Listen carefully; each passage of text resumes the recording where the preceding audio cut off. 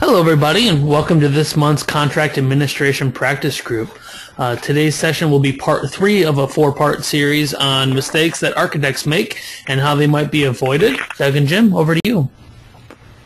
Thank you, Matthew. Welcome everyone. Hope everyone is doing well. We have a bit of a weather conditions going on here in North Carolina with it snowing, and it doesn't snow much down here, so folks kind of lose their minds when they see some snow, but we'll make it through. Jim is actually on the road. He pulled over so he could join us today. Jim? Hey everybody, I'll try to mute my phone when transfer trucks, errant cars, or snow plows come by. We're not used to this in North Carolina. There's a whole whopping 1.5 inches of snow on the ground, so everyone has lost their mind. But I'm looking forward to the conversation. Matthew, you can go ahead and get started with the slides. I just want to remind everyone, as we did the last couple of presentations, that we are looking for extensive amount of feedback from our participants today. We'll present some scenarios and fact patterns and discuss the issues that they raise, and want to get everybody's input. First topic has to talk, the first slide says the meeting of all disciplines or not. And so we'll go on with the scenario.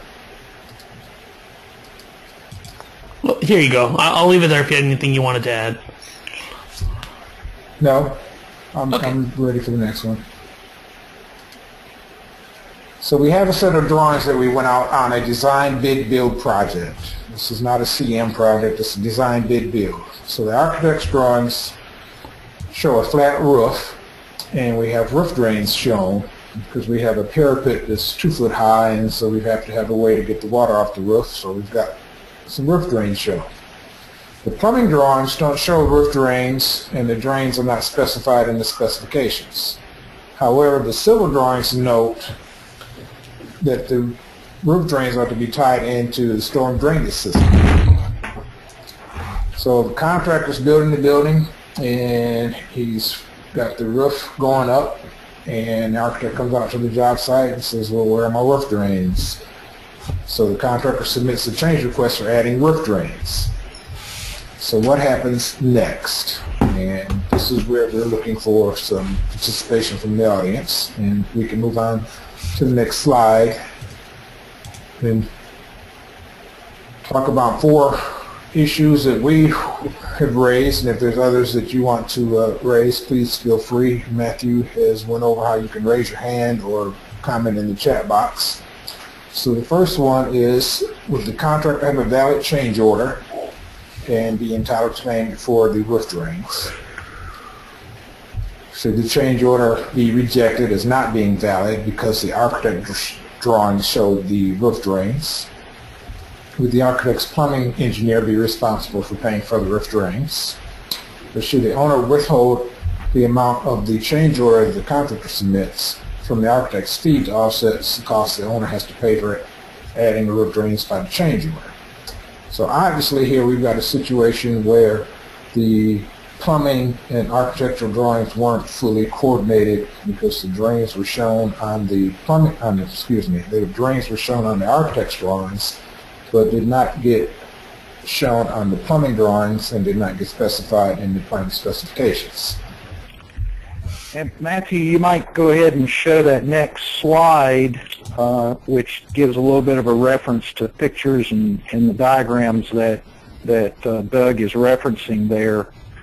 Sorry to interrupt, Doug. I'll throw in, you know, many of the projects that we work on have very complex systems, pieces of equipment, whether they are rooftop mounted or otherwise. In this situation, they're roof mounted. You see by the diagram that they didn't receive the close coordination that they should. And most of these systems, if not all of them, excuse the expression, but they are systematic. We rarely have something where we put one thing and it doesn't have to relate to other things. So as part of this scenario that we presented, you know, what it wasn't considered as a system. So Matthew, do we have any comments from our participants on this issue yet? We have a few here. So one of them is from Mark. Mark is asking, what kind of contract may have been issued to the subcontractor? If they agree to all the drawings in the set, there should be no change request approval. Change request approved, correct? So I don't know if you want to answer that question before we move to the next one. I would jump in. One of the things that Doug and I find frequently in our work, but is most unfortunate, is often the primary subcontractors don't receive full sets of documents. Now, that's not our fault. The project is built around a complete set of contract documents, and that's what the legal vehicles that are associated with the job are based on. But often the plumber may just get the P sheets, not get the civil sheets, not get the roof plans on the architectural sheets, and it leaves a great deal to be desired as far as the coordination while the bid is being put together. Doug? I have had similar experiences. I think what we're trying to get at here, though, is the issue between the owner, architect, and the prime contractor, and not reach down to the subcontractor and not break out whether the subcontractor should be paid regardless of whether the prime contractor gets paid. That's right. That's right. And it also is a scenario about the architect and the architect's team. Yes. Okay, there's an additional question came in here from Robert stating contractor should have asked the question of the roof drains in the bid period. Possible change order for the piping below the roof to the building storm pipe. Okay. So it sounds like he's saying that the drains themselves should have been included in the bid, but the piping would be a valid change order. That's an interesting take. My question would be, and I guess it would go back to his comment that the contractor should have asked the question, is if the drains are not specified, how does the contractor know what drain to put, what drain he should include in his price?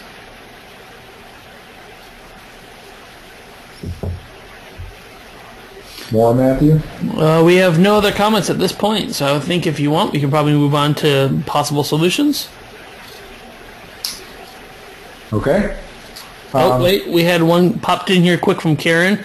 She said that she would reject drains clearly show in design intent regardless of whether the plumber shows them or not.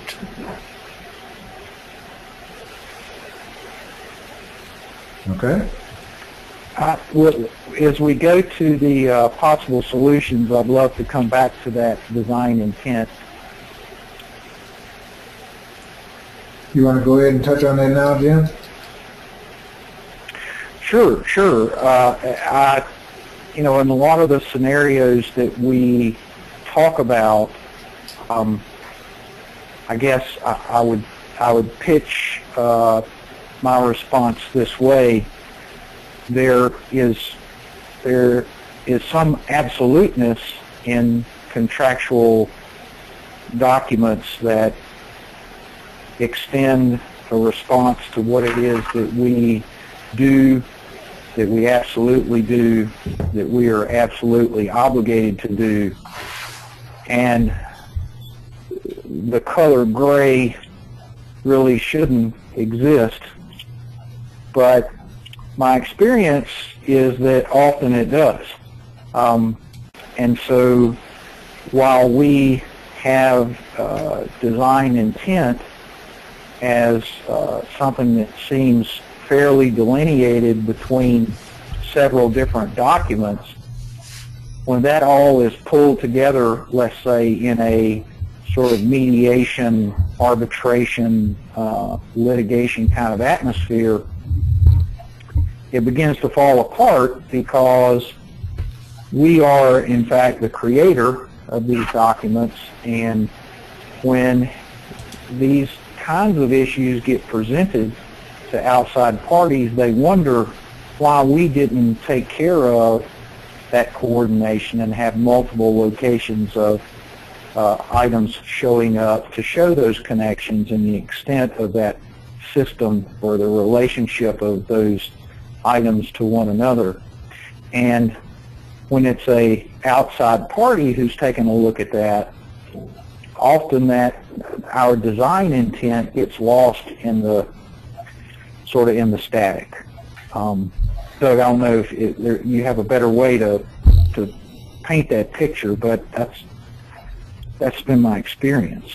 Yeah, and Jim, what courts have a tendency to do is hold, if there's an ambiguity in a contract, they give the benefit of the doubt to the person that did not write the contract, if that makes sense. So if Jim and I have a contract for something, I'm going to make him 500 widgets, and the contract is kind of ambiguous on how much each widget costs or when the delivery date was going to be. And I wrote the contract, and Jim says, well, they were supposed to be delivered on Wednesday, and I say, no, they were supposed to be delivered on Friday. If the contract's ambiguous, since I was the one that wrote the court's going to give the benefit of the doubt to Jim, the one that did not write the contract, and then I would be on the hook for delivering them on Wednesday. So the person that's drafting the contract, it's his duty to put in there the terms and conditions that are clear so that everybody's on the same page, and if he doesn't do that, then the court holds it against him. So in this case, the drawings and specs are contract documents. And I think that's what Jim was getting at, is that they're not fully coordinated, and so when you get to an arbitration or some other type of legal proceeding, the question is, well, why didn't you put it in there? You're the author of the documents. You were supposed to get it in there. So to talk about these probable solutions, the first one that we are suggesting is probably one of the results that would more likely happen is that the contractor would be entitled to a valid change order, and it would be basically for the reasons that Jim and I just discussed. The documents were not fully coordinated, and were not clear. The type of the drain was not specified. As one of the commenters mentioned, the piping to get from the drain to tie into the storm system wasn't shown, and that, I think, would be a fair way of doing it, because how is the person that's bidding the job to know what it is that they're supposed to put in? Is it PVC? Is it cast iron? What is it? That's it. And in this case, I apologize, Matthew, I don't know, is that screen up the probable solutions? Yes. Okay, sorry. So in this particular scenario, the architect's plumbing engineer did in fact have the necessary documents from the architect's office with which to make that system operate and make those connections. And as it turned out, on item 4 there, the owner looked to be made whole for this system, and I wanted to touch on something that we often talk about here. You know, when items are added as a change order after a bid date, the theory is that perhaps the owner is asked to pay a premium cost because of that opportunistic view of that moment of including work that wasn't before. And often we find that the owners are agreeable to a conversation whereby perhaps the errors and omissions insurance may cover that premium cost of a change, but the owner has not actually paid for those materials and that labor originally because it was not included in the bid. So they add that portion to the cost of the project.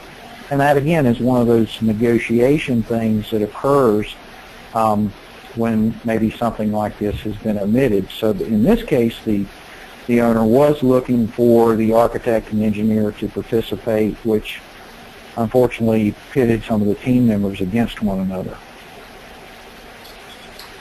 Now, one thing that would help in that situation is for these issues to be discovered early. The roof deck is up and roofing is going down and the drains are in, and they've got to come back and cut and patch roofing material and cut roof deck and reroute the electrical conduits that are in the way of where the plumbing drain needs to be, and all of that rework stuff. If it was caught early and that did not have to be done, you could potentially be in a situation where the only additional cost that the owner has is the perceived or claimed additional cost of not having the items and the work competitively bid. Then you don't have the cost of remediation to actually install the work. So I know during my pre-construction conferences, I always encourage all of because I like to have all of the subcontractors present.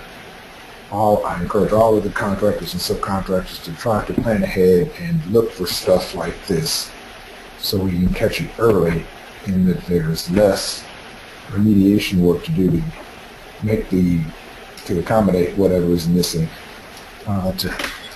It works out better for all parties. It's better for, obviously, the person that's made a mistake. It's going to be better for the contractor in terms of scheduling and keeping on schedule and coordinating his work efforts. Is obviously going to be better for the owner in reducing the costs.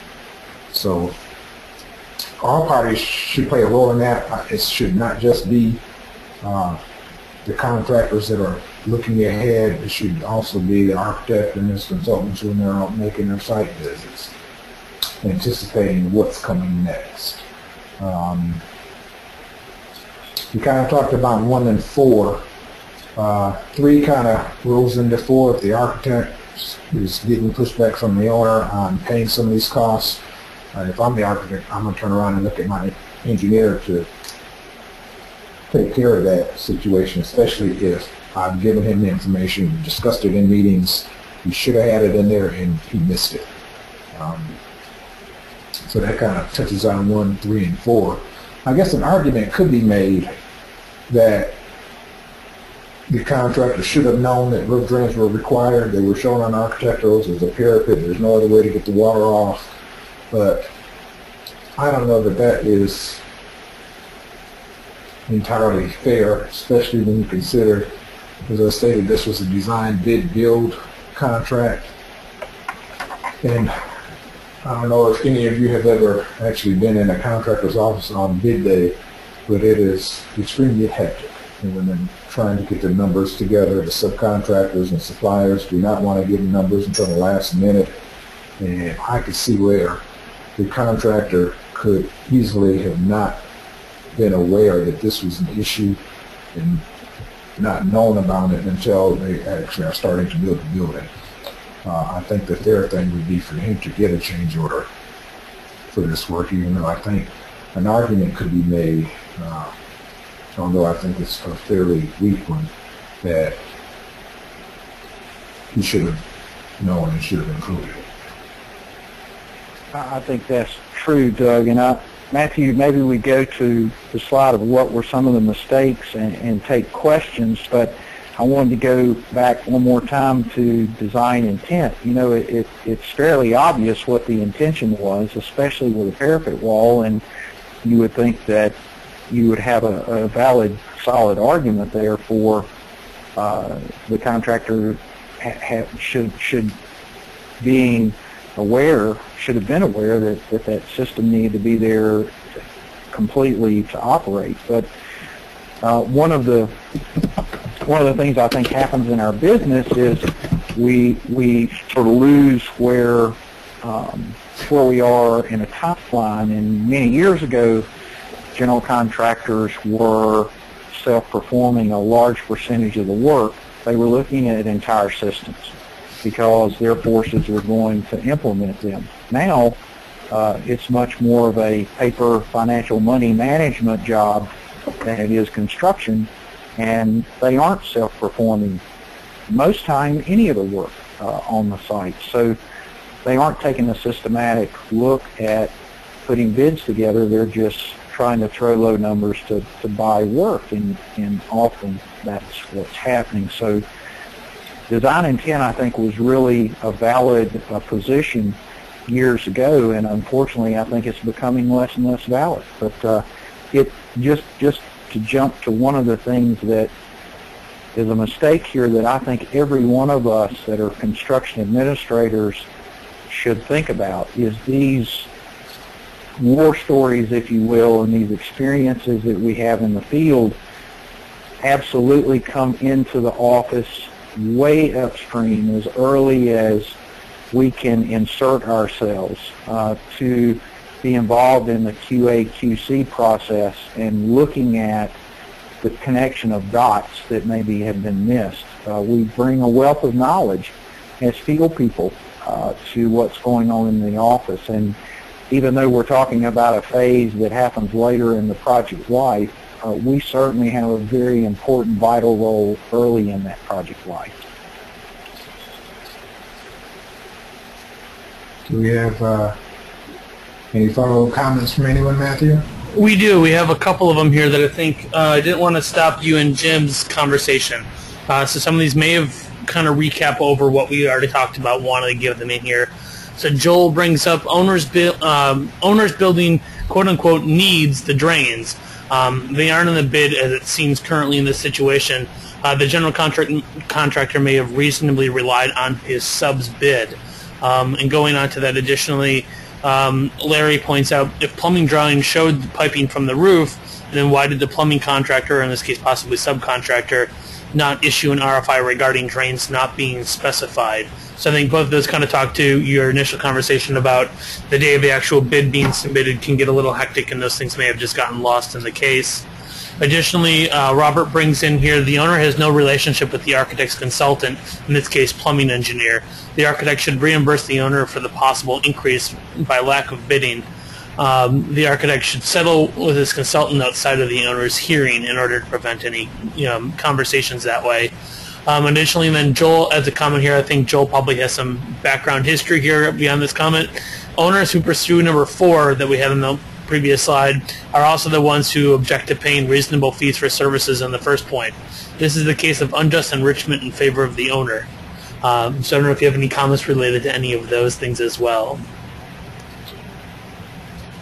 Well, Doug, I'd love to hear you talk about enrichment, because I know that's one that's near and dear to your heart there. Well, the owner is not entitled to a windfall because there was a mistake in the documents. In this scenario, and this might touch on another one of those items, we said that the drains were not shown on the plumbing drawings. I guess it wasn't clear in our fact pattern, but the intent was that the drains and the piping were not shown on the plumbing drawings. I think you might have a stronger argument if the piping was shown on the plumbing drawings and the only thing that was missing was the roof drains. You'd have a stronger position to say that the contractor, plumbing contractor, or general contractor should have known that you weren't going to just run the pipe up to the side of the roof and stop it. But with the items not being shown, again, the owner is not entitled to a windfall. It's an error, or it's more of an omission than an error, if you want to split hairs between the two. As Jim said, the items were not shown on the drawings. The owner did not pay for them with this bid. It's not fair for the owner to expect the architect to pay for something other than the additional cost that it would take to put it in. for remediation works, or I have trouble with this owner getting paid because it wasn't competitively bid, because that's pretty ambiguous as to how much more he's paying. And to prove that on bid day the drains would have been $100, but post bid they're $110. I don't know how you can prove that. So in theory it makes sense, but in real life actually proving what that amount would be is next to impossible. The legal term for it is betterment. The items are a betterment to the building. This betterment is for the owner's benefit, and so the owner should have to pay for it. But again, that betterment would be just for the materials, the labor to install it, but not for any remediation work or schedule impacts that would be applicable because the items were not shown on the documents in the first place. If that makes sense, I hope it does. If not, let's have some follow-up questions. Again, here we were talking about a design bid build situation. My position would totally flip if this was a CM project or a design build project. It would be that my position would be, no, there's no change order. The contractor needs to pay for the roof drains and the piping. Reason being, design, bid, build, you have that competitive bid process, the bid day, getting the bids in, and all that hectic issues going on, and the contractors not being involved in the process early on. If it was a construction management project, the contractor should have been involved from earlier on, had input into the drawings, had input into the pricing, been involved in the meetings where the drains were discussed, and so he would not in that scenario be entitled, in my opinion, to a change order. Similar reasons for if it was in a design build situation.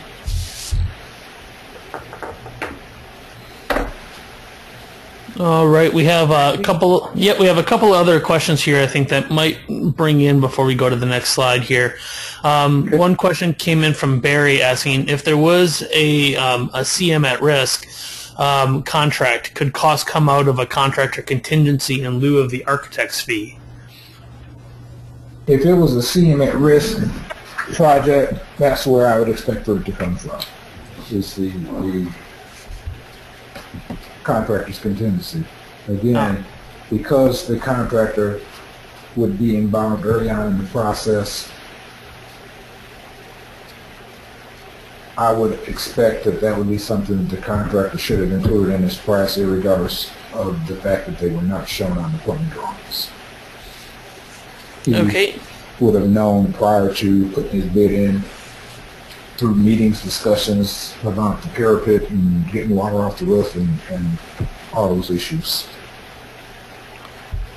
Alrighty, and then the last question before I think we should move on here, it comes from Mark, saying if this was a design bid delivery, would a possible solution be a pass-through cost on the part of the architect, plumbing engineer, and subcontractor, allowing to leave the owner out of it and let the three parties take the cost amongst themselves? That would definitely be an option if the three parties, the architect, his engineer, and the contractor, were to sit down and discuss it and keep the owner out of it. And could be even a situation where the owner is never even made aware of the situation. That could certainly work. Trying to imagine how that might happen if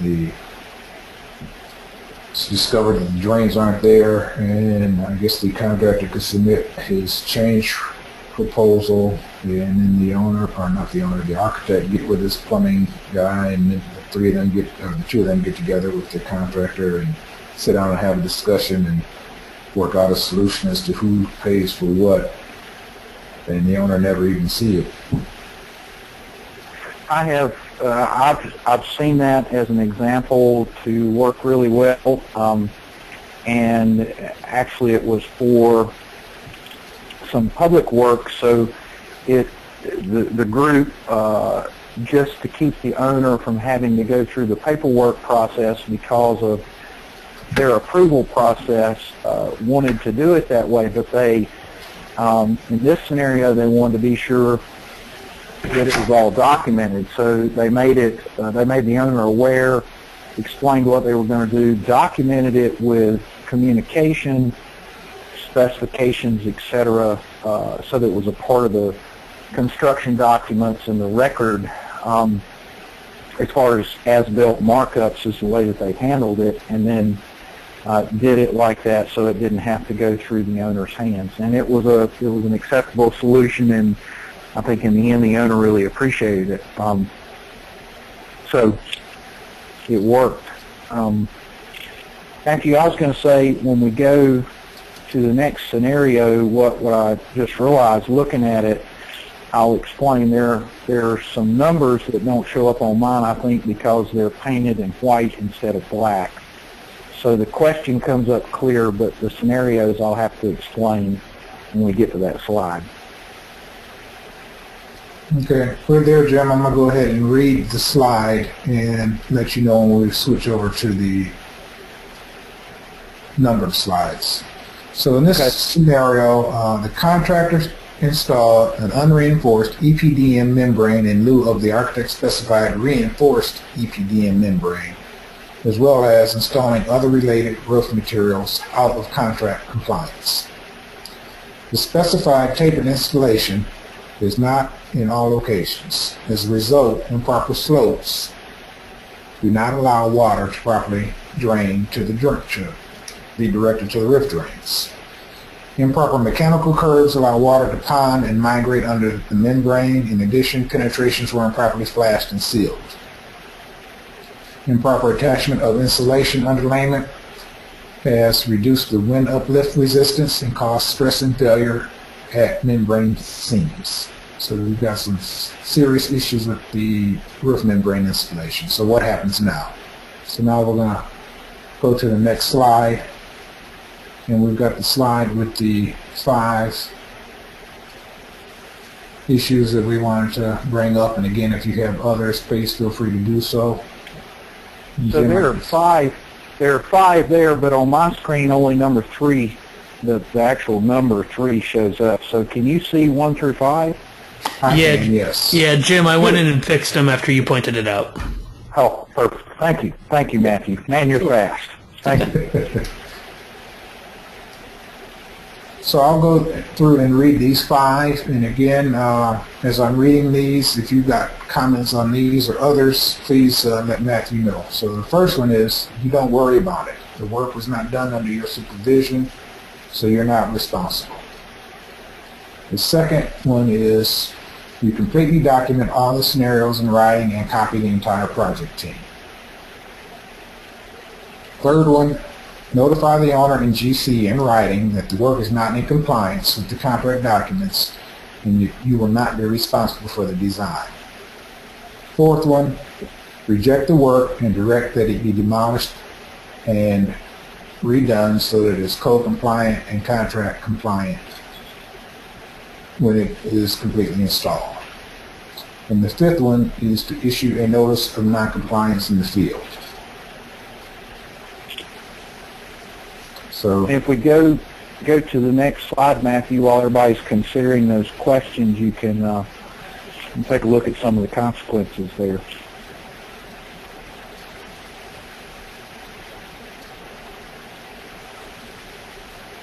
All right, well, we have 2 already came in here. While Douglas was still reading them, Karen adamantly said 4 and 5, so she was right on the ball with her choices. And additionally, Joel pointed out 5, then 2, 3, and finally 4. So I think he's decided to do them all in order of his choosing. We'll see if anyone else comes in with some additional comments here. Who did you say it was that sent the first one in? Karen Wood. She was right on the ball saying 4 and 5 right away. So I'll just jump real quick to something, Karen, that is, again, something that I learned from hanging around with Doug for so long. And that is to do that as quickly on the job site as you did it on the computer. When there's work that doesn't comply with the contract documents and or isn't in step with the code having jurisdiction, being certain and absolute about that work being noted as non-compliant and defining it as rejected work that needs to be removed and replaced is a very, very hard thing to do, because let's pretend that these things were associated on the job that we just talked about before this scenario. We've gone to the construction trailer with our hat in our hand, asking forgiveness and asking for a good price and asking for collaboration. And then we go out 2 weeks later and reject a significant amount of work. That can be hard to do. And it goes back to that gray area where, gosh, you know, I really hate to do this, but this kind of thing is one of those places where you can't be standing in the gray. You've got to take explicit and direct action, just like you did on the computer.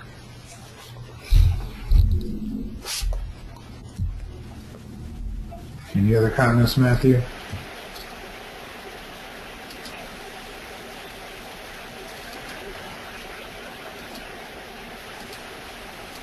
Matthew? Yep, sorry. We had another comment come on from Jim saying all but number 1. So the consensus is definitely 4 and 5, and most likely 2 and 3 as well. So if we want to go on to the next slide. Yeah, let's go to the probable solutions. There you go. And you see we have 2, 3, 4, and 5 highlighted. And as Jim said, acting quickly is highly advisable. Typically, when I'm out on this job site and I see that something is not in compliance, if the superintendent has chosen not to walk the site with me, I will go back to his office or find him and let him know verbally, immediately, we've got an issue here, this stuff isn't in compliance. So that he knows right away and he can take action right away before a whole bunch more work is done or covered up that's incorrect and has to be torn out. I will then follow up by noting it in my field report and, depending on the severity of it, issuing the notice of noncompliance that same day so that it is documented in writing and distributed also in a timely manner. Something that I never do is don't worry about it and say, well, it's not my problem, they screwed up. Somebody will eventually catch it, or just turn around and walk away from it.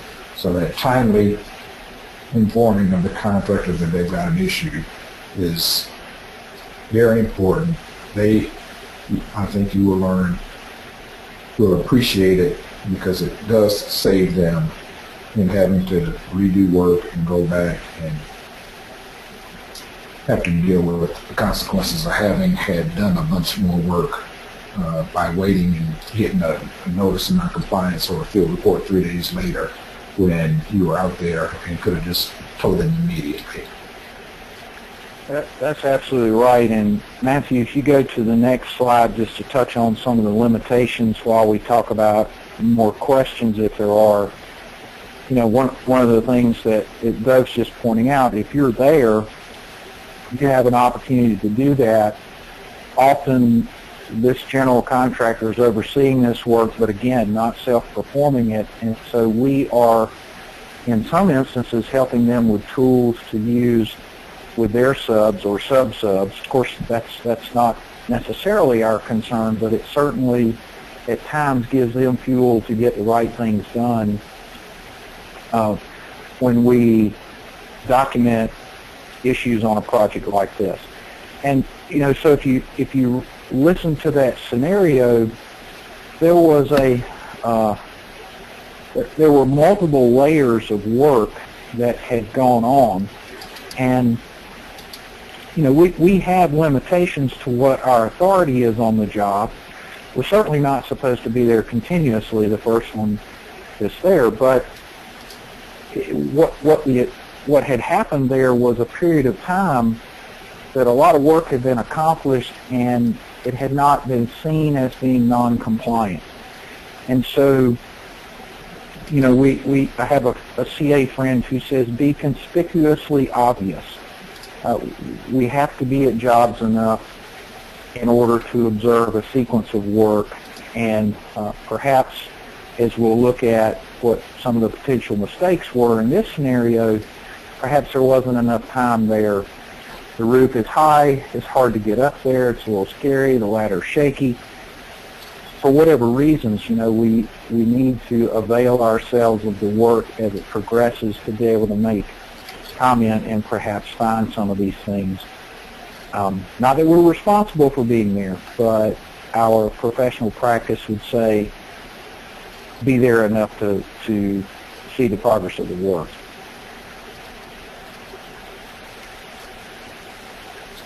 Any other comments, Matthew, before we move on?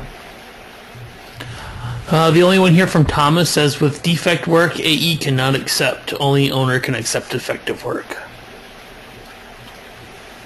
That is true. That is what's stated in the contracts and general conditions. That is something that a lot of times we architects may not like and agree with, is that there's some defective work that we have rejected, and then the owner comes back and says, well, that's okay, I'm going to accept it and leave it in place for whatever reason. I know it's happened on projects with me before, primarily, well, one that I can think of off the top of my head was a school project where the masonry work had some issues and the owner had to get the kids in the school. Work was being done over the summer and the owner chose to accept the defective masonry work.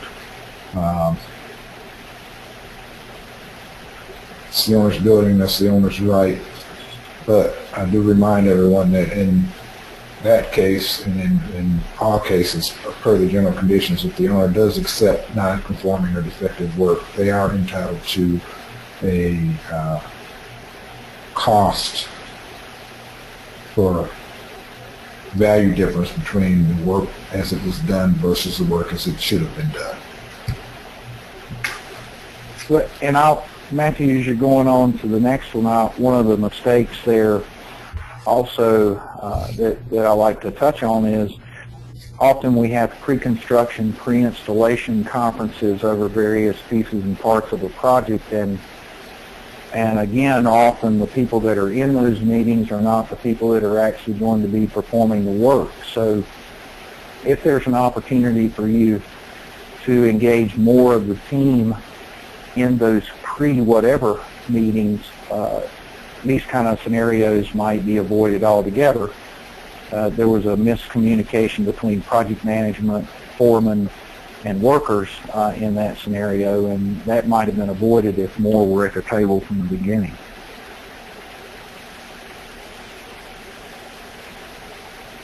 Matthew, if we have no other comments, let's go on to the next slide, flying blind, and go to the scenario described there. So Jim, we are on the slide where it says the contract documents provide for a 12-month construction duration.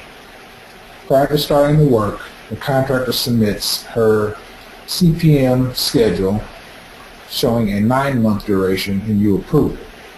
The contract includes liquidated damages of $2,000 per day.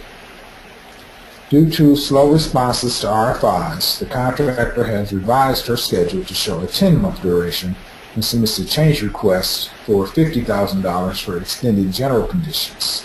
So what happens now?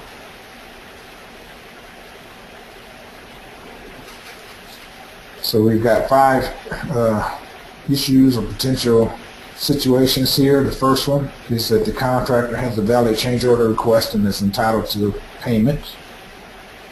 The second one is that the contractor is liable for $60,000 in liquidated damages for being 1 month late based on the approved schedule. Scenario 3, the contractor is liable for $10,000, the difference between the liquidated damages and the general conditions, the extended general conditions. 4, the change order request is not valid and should be rejected, and the contractor is not liable for any liquidated damages.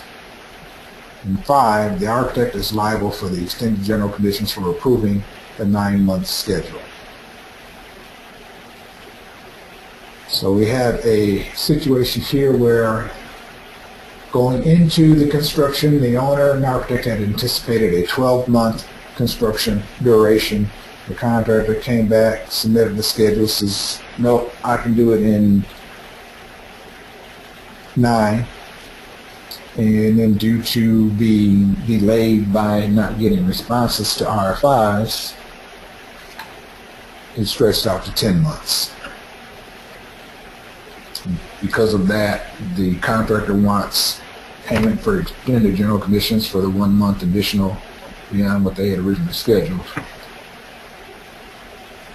And Matthew, if you go to the next slide, there are some questions that are pointed out here that, depending on the response to them, changes the answer to the scenario. So what is path and float? There you go. So who owns the float?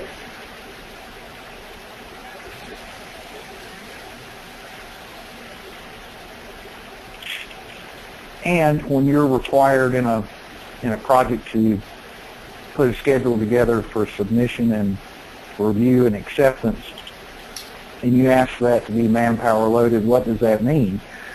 And what kind of schedule is that? What does that mean financially to the project? Alrighty, well, we have two responses that sort of overlap. Yep. Thomas indicates that owner and contractor own the float, whereas Mark says just the general contractor owns the float.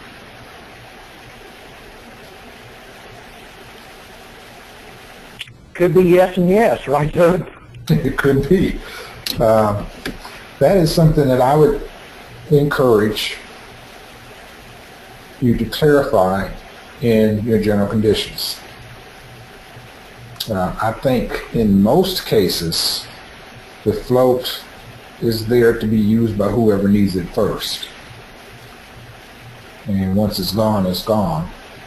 So if the contractor used it all up, then the owner doesn't get any of it, or vice versa. But if you want to state as an owner that you own the float, you need to put that in your general conditions, and you can do that, and then the contractor would not be entitled to use any of the float. Yeah, Thomas enters here. He goes, whoever gets to the float first owns it. So I guess that's first come, first serve there. We have some additional comments here from Robert. Indicates approval of the schedule less than the contract time was an error. However, the agreement should state the completion date, and that is the only date that matters. No additional monies are due to the contractor unless a change order was issued reducing the contract time.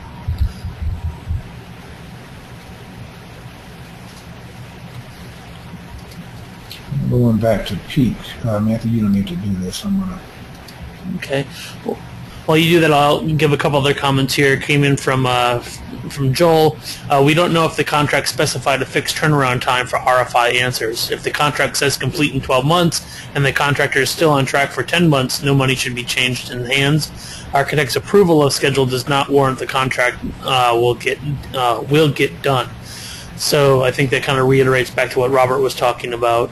And lastly, we have from Jim here saying, is the owner still looking at a 12-month construction duration? If so, there's no consequences on either side. So it looks like we have 3 comments here that all kind of wrap up the same thing, stating that even if it goes from 9 months to 10 months, if the end date still gets hit at 12 months, realistically there should be no need. Okay, I went back to look at our fact pattern, and we don't specifically say anything about what the contract says in terms of completion date, in terms of the schedule that was submitted. So here, assuming that, because it says the contract provided for a 12-month construction duration, so assuming that the contract, the owner's contract with the contractor was for that 12-month period, then I would think that the strongest position would be is that the owner would not be entitled to any liquidated damages because the contractor is still within the 12-month schedule. So Matthew, if you go to probable solutions, that'd be good. Doug's talking through answer number 4. All right. But I would, go ahead, Jim. Go ahead. No, you go ahead. I'm sorry. So the owner would not be entitled to any liquidated damages because the contractor was not late in meeting the contract duration of 12 months.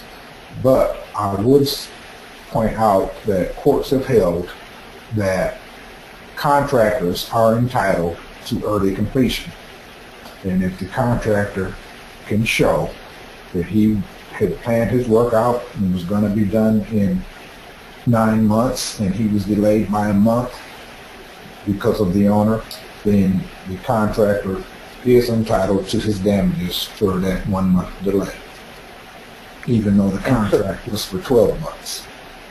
And so that scenario 1, as Doug described, that he's had personal experience with, again, think about that. If the contractor can document that they were the successful bidder on a job because they assembled a team that is able to complete the project ahead of schedule and can prove that that's how they were awarded the job, that they were on that schedule to meet it, and it was through no fault of theirs, nor the weather, nor acts of God that caused it not to happen, you could find yourself in scenario number 1. Correct. And if it were because of slow or lackadaisical reply to RFI's processing of paperwork, applications for payments, submittals, whatever, you in fact were found to be the reason that that delay occurred, you may find yourself in a libelous spot for some portion of that money. Right, because our fact pattern said that the reason for the delay was slow response to RFIs. So that is going to put the architect on the hook for some of those, if not all of those delay damages. So Matthew, if you go to what some of the mistakes were, and we can continue to take questions. As you do that, I'm going to comment on number 4 because we had that bold as well, where it said the change order request is not valid and should be rejected, and the contractor is not liable for any liquidated damages. That would be a case where we're saying that the owner doesn't get anything and the contractor doesn't get anything. That could also be a possible solution. I would hope that if you're anticipating a 12-month duration, but there's a possibility that it could be done shorter, that you state in your contract, and I've seen this done before in the general conditions, that because courts will have held, as I said, that the contractors are entitled to an early completion date. You state in your contract that you're not going to be liable to the contractor for him should he not complete an early completion date. And I'm having trouble wording it, but basically what I'm saying is you put a clause in your contract that says we've got a 12-month duration. Even if the contractor says he can get done in 10 months, 8 months, whatever it is, a shorter duration, he is not going to be entitled to any delay damages up to or from that 10 or 12 or 10 or 8 month, whatever completion date he's saying he completed by, to the 12 month, and his damages for delay won't start until after the 12-month duration that you have in the contract. Now, if you put that in there, is that he's not going to be entitled to any delay damages until he reaches a 12-month contract duration. And of course, we'll enforce that, even though if that was not in there, he would be entitled to his early completion. So if anybody has any questions on that, send them in. And Matthew, you can move on to the next slide. Sure. There was just some initial questions here from Jim. Jim was asking, since the since the architect is responsible for delayed RFI responses, the architect is liable for any GC costs for that 1 month added to the construction duration. So I think that kind of goes on what you were just talking about. But Mark brings in a larger comment here. In response to the manpower question on the previous slides, manpower loaded is where the schedule activities are loaded with the required resources as far as required man hours and equipment. This allows activities to be looked at from a standpoint of where there is enough viable resources to complete the activity of the required time frame. Although, to effectively make this work, the schedule must be extremely detailed to reflect each activity. Generalizing activities will tend to lead to false information and ultimately schedule disputes between the parties. And then we have a last comment here from Jim saying, what was the incentive, was there any incentive for the GC to complete the construction early from the owner? Because that may change his opinion on the end result. Based on this scenario, there was not. I think I've mentioned on some webinars in the past that I know in Colorado they have a law that says if you have liquidated damages, then you also have to have correlating early completion or incentive clause as well. And if you don't, then the liquidated damages are not enforceable. So that's at least that's how it was when I was practicing in Colorado years ago. I don't know if they changed it or not, but I know that was at least one state years ago that said if you're going to have liquidated damages, then you also have to have an incentive clause as well. So if he gets done early, he's entitled to additional compensation. But that wasn't the case here.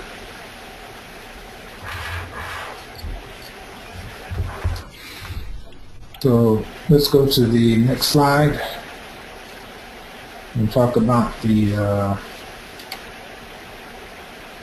some of the mistakes. So as we covered here in our conversation, that when there is the potential for float, or no matter when there's a schedule for a job, as Doug said, specifying who owns that float and where it ends up in the process of the project is really important.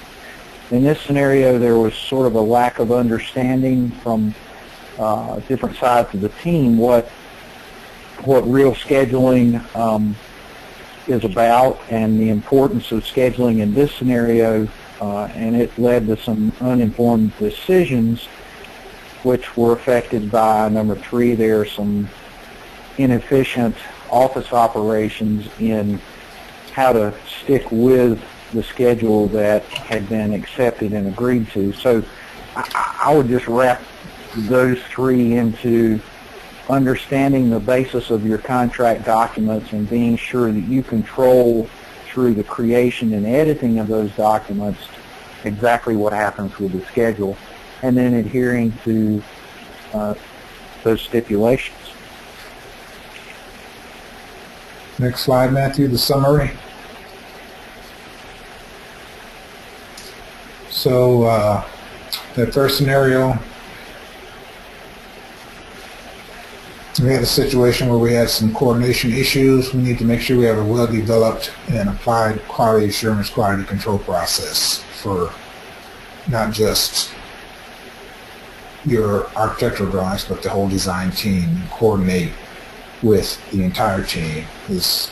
We all know it's cheaper to fix it on paper than it is to when construction starts. The second scenario, make sure you allow time on the project site to see what's going on and not miss critical issues. Use documents and look, take your time, but act expeditiously. And in the third scenario, flying blind, know that expertise is needed for a project and ensure it's represented on the team. If you've got a project that's going to have a complicated man-hour cost-loaded schedule, don't have an intern that's never seen one trying to handle construction administration. I've also been on projects where the owner has actually hired its own scheduling consultant to come in and assist or help oversee projects and project schedules when they get to be extremely large and complicated. So make sure you have the expertise that's needed to handle the job. Do you have any closing comments? No, you nailed it. That's absolutely right.